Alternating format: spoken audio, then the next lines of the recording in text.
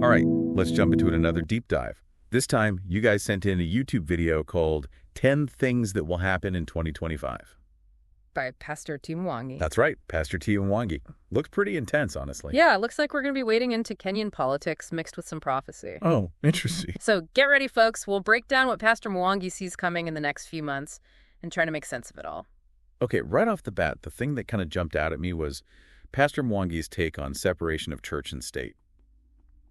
He seems really adamant that, getting too chummy with political groups could really damage the church's credibility. Yeah, that's a big one. And it's fascinating how he uses the French Revolution as an example.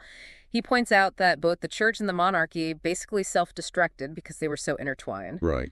And argues that ever since then, the church in France has never really regained its influence. Kind of a warning, isn't it? Yeah. Saying that when the church gets too cozy with political powers, it risks losing its moral authority and its voice. Exactly. It makes you think, are there similar situations in Kenya's past?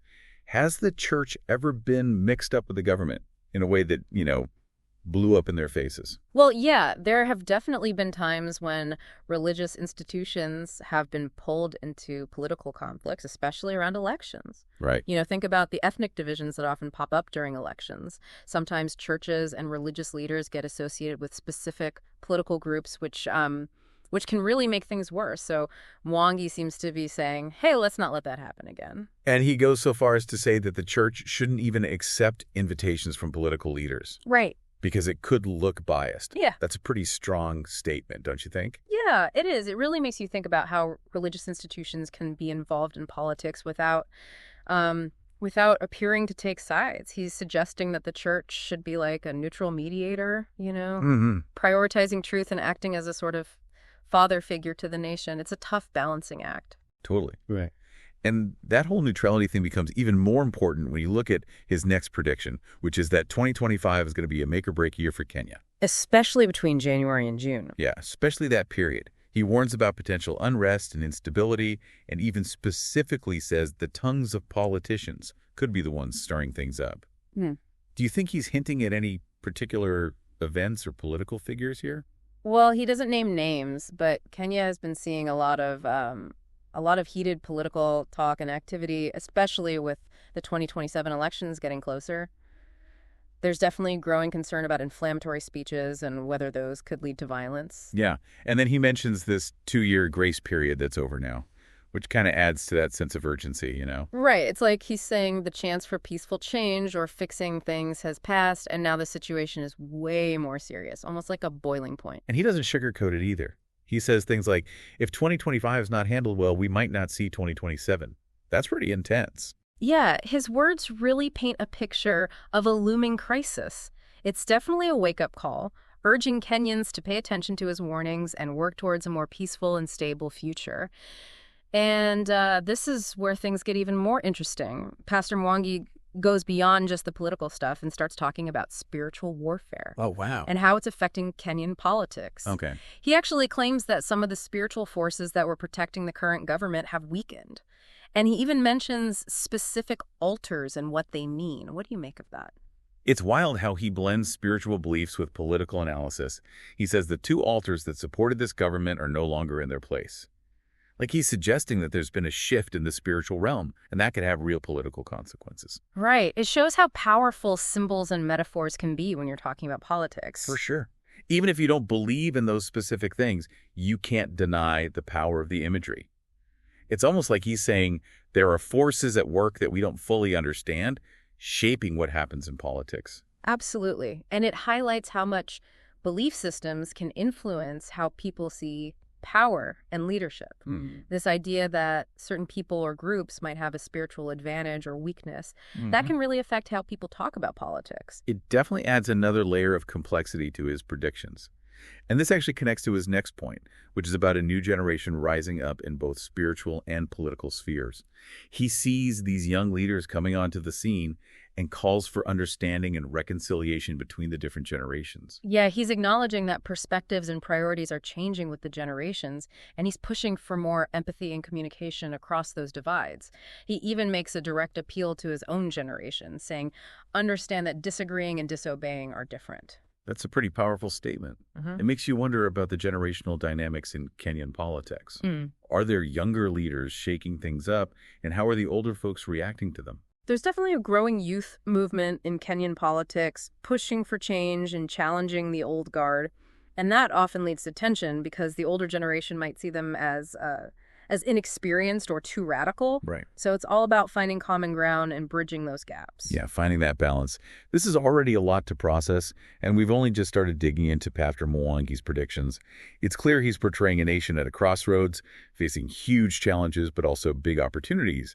Where do we go from here? You got that right. We've barely scratched the surface of what Pastor Mwangi sees for Kenya in 2025. He doesn't stop at generations and spirituality, oh no. He dives right into some really specific predictions about politics. Okay, so tell me more. What else does he see happening in the next few months? Well, first he predicts a ton of political activity, people maneuvering for position before the 2027 elections. Makes sense, right? Got to get a head start. Exactly. Not a surprising prediction, really. But then he goes a step further and suggests that we could see militia recruitment and things getting really unstable. And that's where things start to feel, well, a little more worrisome. Yeah, for sure. Like a red flag popping up. He's saying there's a real chance of violence breaking out as different groups try to grab power. That's it. And to add even more fuel to the fire, he predicts increased spiritual activity. And he says both positive and negative.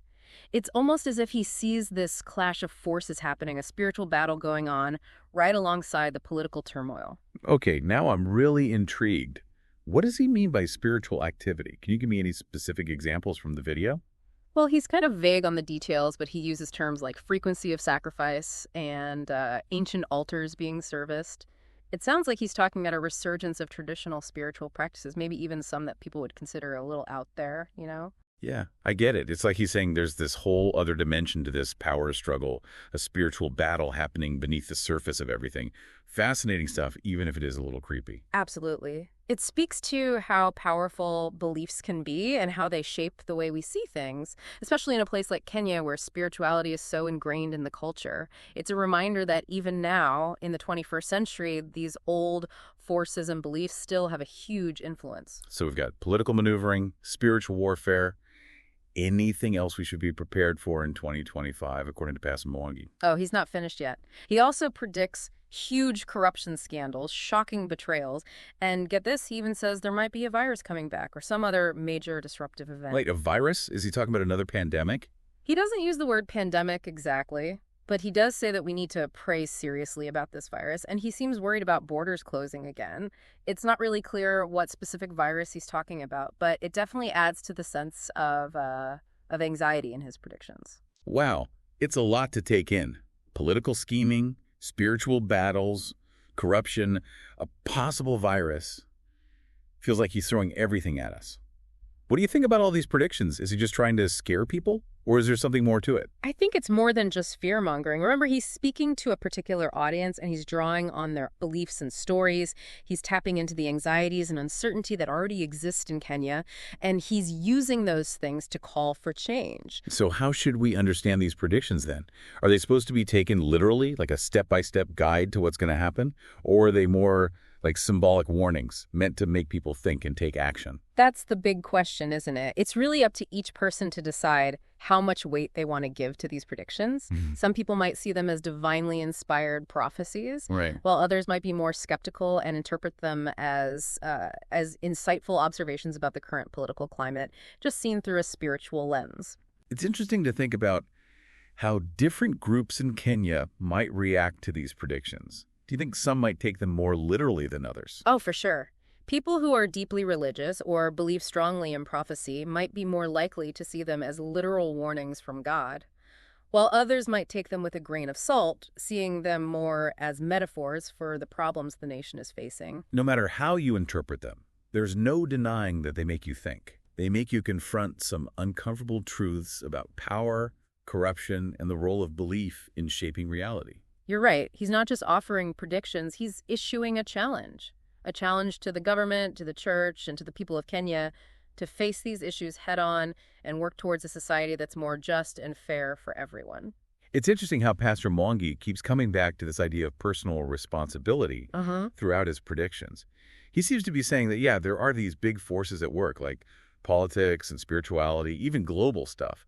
But at the end of the day, it all comes down to the choices we make every day. And those choices become even more important when you consider what he says about generational differences, which is another theme that pops up throughout the whole video. He seems really concerned about potential conflict between older and younger generations. Right, yeah, I noticed that too. He makes this powerful comparison, likening the relationship between generations to that of fathers and sons. And he argues that there needs to be like a restoration of respect and understanding between these groups. It's almost like he sees this generational divide as a major weakness in Kenyan society. Exactly. He even suggests that the older generation needs to make the first move, showing more fatherly leadership and understanding towards the younger generation. He acknowledges that young people might have different perspectives and ways of doing things, but he also emphasizes how important it is to honor and learn from those who came before them. It goes both ways, though, right? He's not letting young people completely off the hook. Oh, absolutely not. He challenges young people to be more respectful and to recognize the value of experience and wisdom. He talks about the importance of listening to elders, even if you don't always see eye to eye with them. He even calls out the tendency for online insults and attacks, saying that kind of behavior is damaging and just makes things worse, especially in a political climate that's already so tense. Right. He's advocating for a more civil and respectful public discourse, even when there are strong disagreements.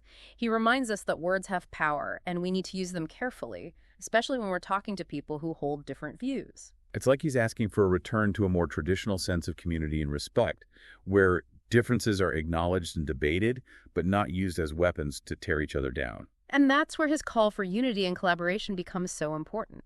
He seems to be saying that Kenya's future depends on the ability of these generations to find a way to work together, to combine the wisdom of the elders with the energy and innovation of the youth. That's a message that resonates far beyond Kenya, honestly.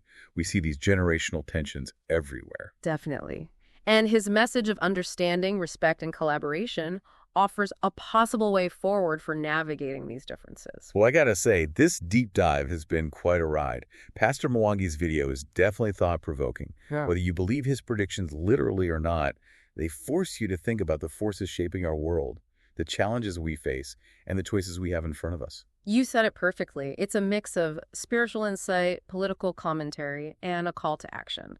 And it's both challenging and inspiring. Leaves you with a lot to think about for sure. It does, and that's what we love about these deep dives, right? Exploring these complex and interesting topics from all angles.